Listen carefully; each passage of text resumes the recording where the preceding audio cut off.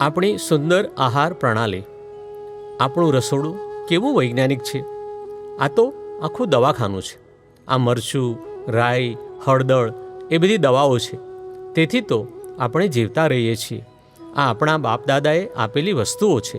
દાદા ભગવાન, જ્ઞાની પુરુષ દાદા ભગવાને આહાર અંગે ખૂબ જ સૂક્ષ્મ વૈજ્ઞાનિક સમજ આપી છે. દાદાજી કહે છે કે 6 પ્રકારના રસ, ખોરાક, પાણી અને હવા એ બુદ્ધિ પર અસર રાજસી અને તામસી કરે છે.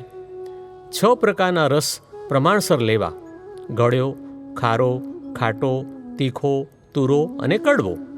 આ રસ પ્રમાણસર લેવા. સમરસ ખોરાક લેવો: બહુ ગળ્યો નહીં, બહુ ખાટો નહીં, બહુ તીખો નહીં વગેરે. સારું ખાય અને પ્રમાણમાં કડવો રસ ન લે તો રોગ થાય. 6 રસ પ્રમાણસર લેવા તેને ષડ રસ કહ્યું છે. તેલ, ઘી, મેથી અને મરી શરીરને ગરમી આપે. તેલ, મરી, ઘી એ બુદ્ધિને હેલ્પિંગ કરનારું છે. તેલ અને મરીથી બહારની એટલે કે બાહ્ય બુદ્ધિ વધે. મરચાંથી આંતરિક બુદ્ધિ વધે એટલે સૂઝ આવે. ઘી એ વિષ્ણુ તેજ કહેવાય. ઘી પ્રમાણસર ખાવું જોઈએ. તેલ એ આંતરિક બુદ્ધિને જડતા કરે. હળદર, મરચું, રાઈ એ દવા છે. ખટ્ટ મીઠું ખાય તે શરીર મજબૂત થાય. એ વિટામિન છે. જેને ખાટું બહુ ભાવે તે આખો દિવસ કામ કરે. દાદાજી સમજાવે છે, દાળમાં 6 પ્રકારના રસ પ્રમાણસર હોય છે. ખારો રસ મીઠું નાખો તો ગુણકારી થઈ પડે. કડવા રસ માટે મેથી નાખીએ છીએ. કડવો રસ ન લે તો કડવી ગોળી લેવી પડે. મરી કડવામાં ગણાય. તીખો એટલે મરચું અને સૂંઠ. તુરો રસ તુવેરની દાળમાં છે. 6 રસ જો પ્રમાણસર ન લઈએ તો રોગ થાય. તુરો રસ લોહીને શુદ્ધ કરે. તે આકાશ ભાગને ખુલ્લો કરે છે.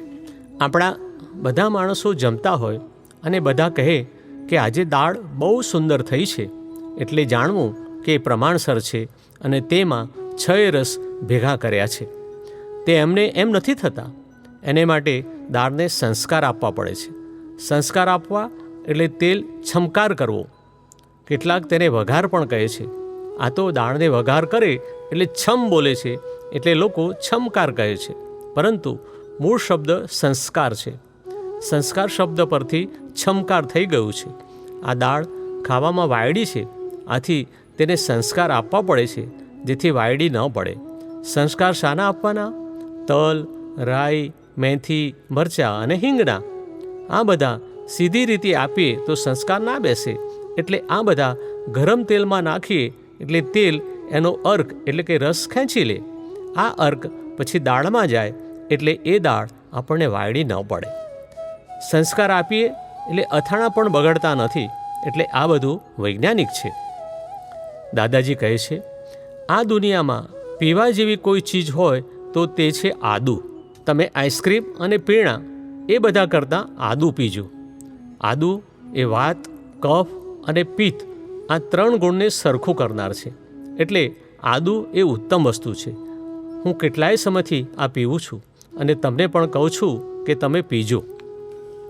દાદા કહે છે, હું નાનો હતો ત્યારે સામસામે કોઈ 2 જણ લડતા ત્યારે પેલાને કહે, અરે તારી માએ 1.25 સેર સૂંઠ ખાધી હોય તો આવજે મારી પાસે.